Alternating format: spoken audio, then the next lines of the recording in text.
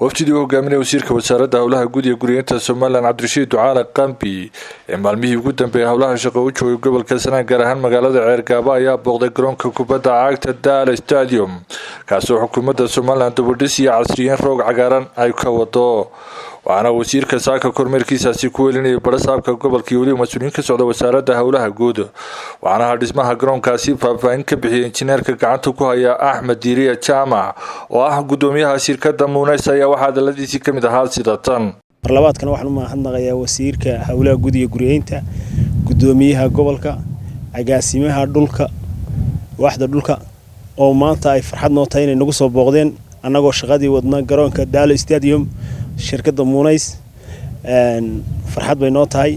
aad iyo aadna ugu mahadcelinaynaa waxaanu ka wadnaa gobolka shaqooyin badan jaamacadii baanu ka wadnaa airportkaanu ka wadnaa hadda waxaanu wadnaa buuxiskii garoonkaanu wadnaa iyo leefalintiisii waxaanu samaynaynaa diriinijaan labada hareerood ka marinaynaa garoonka markaanu dibadda biyaha uga saaro ka bacdi waxay biyuhu fadhiisanayaan dibadda marka wasiir waxaanu doonaynaa biyaha dibadda fadhiisanaya iyo kuwa kaga soo jabay surimada magaalada mari jiray oo ku soo jabay in labadaaba wax laga qabto annagu wixii aanu ka qaban karayno waxaanu wax kaga qabanaynaa voluntary baan wax kaga qabanaynaa sidoo kale halkaasi ka hadlay barasaabka gobolka Sanaag injineer Axmed Cismaan Xasan oo dhinaciisa sheegay in garoonku si habsami u socdo waxaana hadaladiisii kamid ahaa sidatan wasiir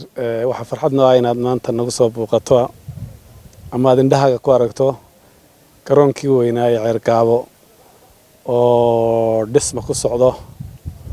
wasaad ku arkayso ay shirkadii ku guuleysatay dhismaha qandaraaskan hadda ay gacanta ku hayaan waxaan aad iyo aad ugu faraxsanahay saacad wasiir dhismahan oo checking-kana ay wasaaradda aad u leedahay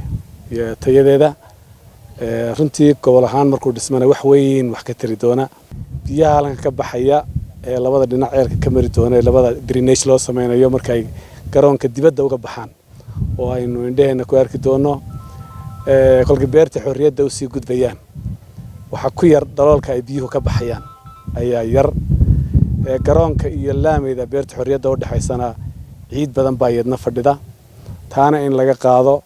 halkaana drainage-ka ay biyuhu ka bixi lahayeen asaana garoonka marka dambe biyuhu waxaana ugu dambeyntii halkaasi ka hadlay wasiirka wasaaradda howlaha guud iyo guriyeynta Soomaaliland Cabdirashiid Xaaji Ducaale Qambi oo ku nuuxnuuxsaday siyaasadda waxqabad ee xukuumadda Soomaaliland iyo waliba qorshayaasha horumarineed ee uga degsan dibadhiska dalka